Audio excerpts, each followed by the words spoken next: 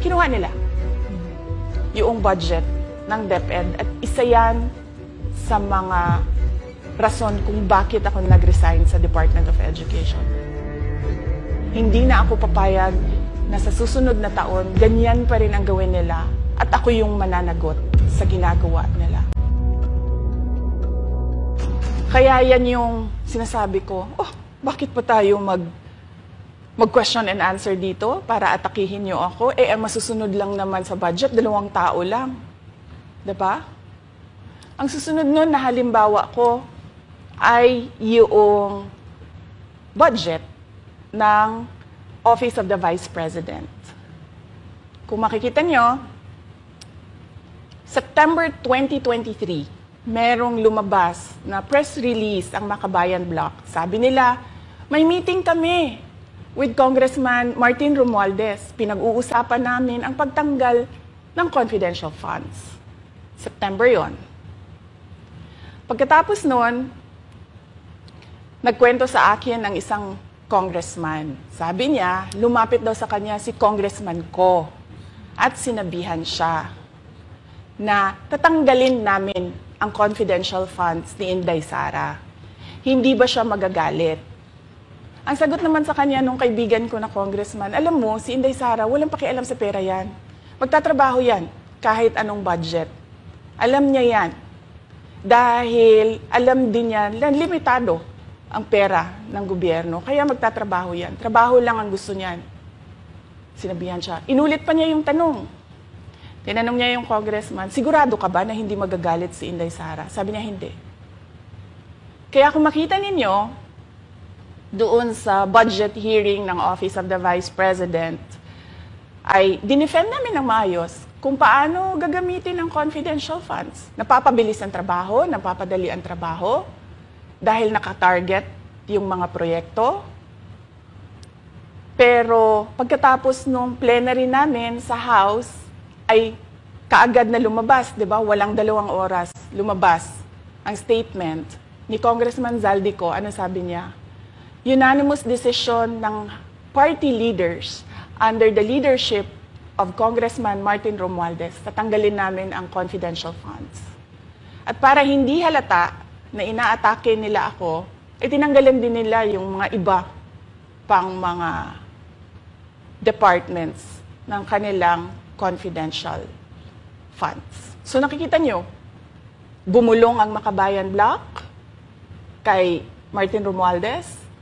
At dahil sa kagustuhan ni Martin Romualdez na hindi siya atakihin, at dahil sa gusto niyang suportahan ang Makabayan at ang NPA, nakinig siya. At ang ginawa niya, tanggalin yung budget. Alam na nila kung anong gagawin nila bago pa kami pumunta sa plenary ng House. Hindi ko alam yon. Kasi nasabihan na lang ako nung kaibigan kong congressman pagkatapos na. Nung nakita ko na nagsabi si Zaldico, tanggalin niya ang confidential funds ng Office of the Vice President. So doon ko na lang naintindihan na aatake sila gamit ang confidential funds. Dahil sumunod nun, October, ay merong dated na October na audit memorandum ang Commission on Audit. Tapos meron silang October 3 na audit memorandum ang Commission on Audit. So sunod-sunod yun, nakita mo. Naglabas ng press release ang Makabayan, nag-defend kami ng budget namin, nagsalita si Zaldico, lumabas ang mga AOM ng COA, September, October. Kaya yan din yung rason. Nung nakita na namin at na-confirm namin doon sa audit memorandum ng COA na ito na yon, confirmation ng pag-atake. Kasi hindi pa kami confirm doon sa unang tanggalin namin yung confidential funds sa OVP. Ang confirmation namin, noong nagba-budget hearing sila, at doon sa budget hearing, tinatanong nila, may AOM na ba? May AOM na ba? At nakita namin lumabas na. Yun yung confirmation namin na ito yung pag-atake. Kaya nung fourth quarter ng 2023, hindi na ginamit ng Office of the Vice President at ng Department of Education ang confidential funds.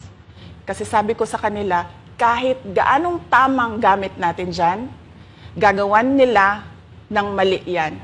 Bubutasin nila yan at aatakihin tayo gamit ang confidential funds. At ang patutuo nito, kung makita ninyo, noong House hearing, noong August 27, 90% ng mga tanong, confidential funds. Kahit na 2024 at 2025, wala ng confidential funds ang Office of the Vice President. So yan yung explanation ko, mahabang explanation ko, bakit pa tayo mag-question and answer?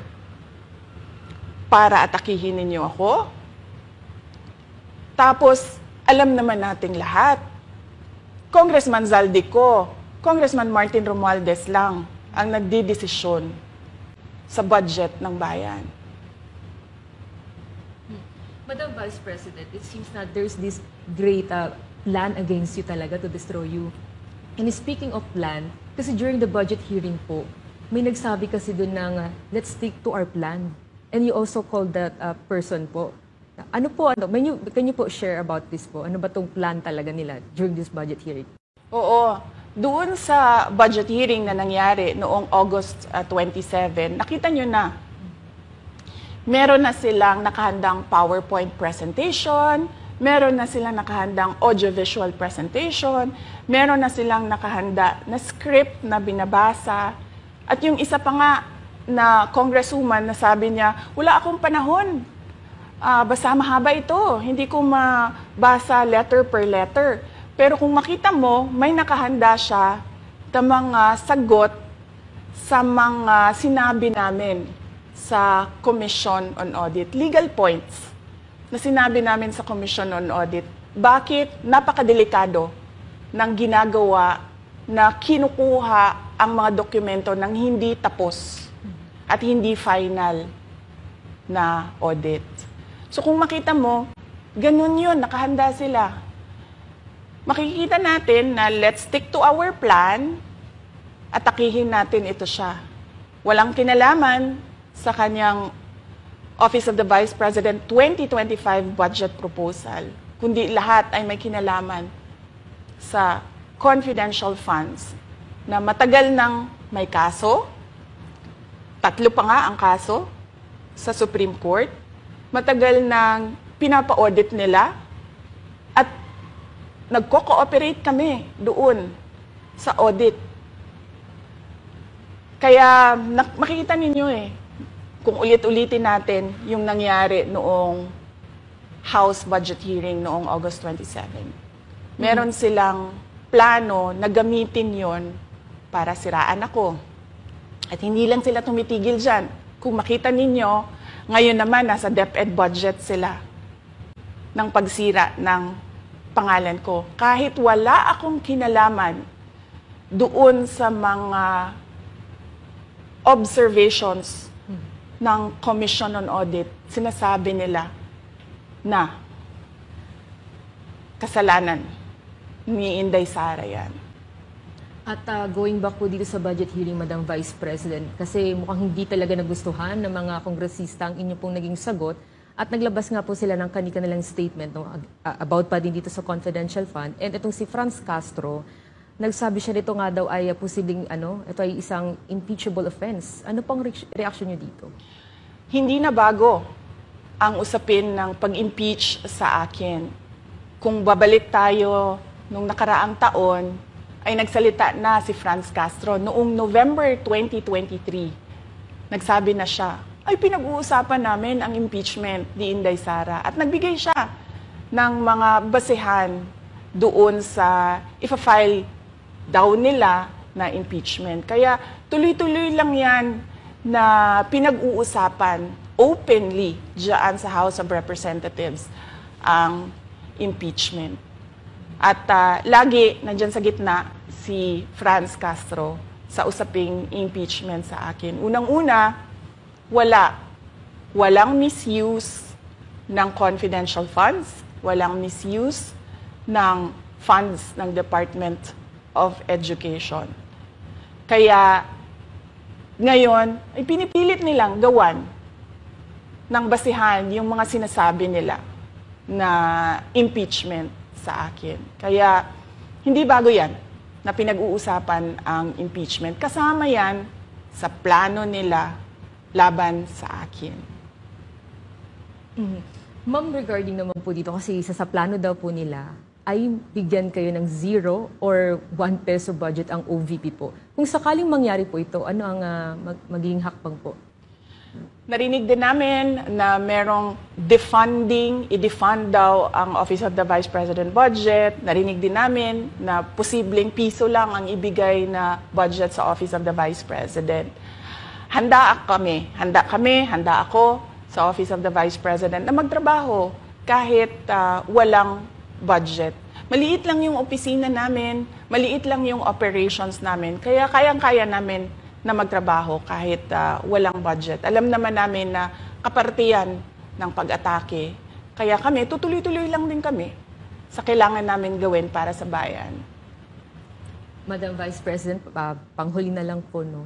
Sa kabila po ng nararanasan ninyo na pag-atake, kaliwat kanan, at ang kalagayan po ng ating bansa, ano po ang inyong mensahe sa ating mga kababayan? Unang-una mensahe ko sa ating mga kababayan, huwag silang magpadala sa ingay ng politika. Kung makikita natin sa kasaysayan, lagi talagang inaatake ang Vice President dahil siya yung tinitingnan ng mga tao na baka magiging sunod na presidente. So lahat ng mga gustong tumakbong presidente ay uunahin nila atakihin talaga ang Vice President. Kaya huwag sila magpadala sa ingay ng paninira at politika. Pangalawa, isa-isahin nila ang bawat papel sa budget ng 2023 at 2024 at 2025. At pangatlo, kailangan magkaisa tayo na tumulong sa mga nangangailangan. Dumadami ang naghihirap na mga pamilya.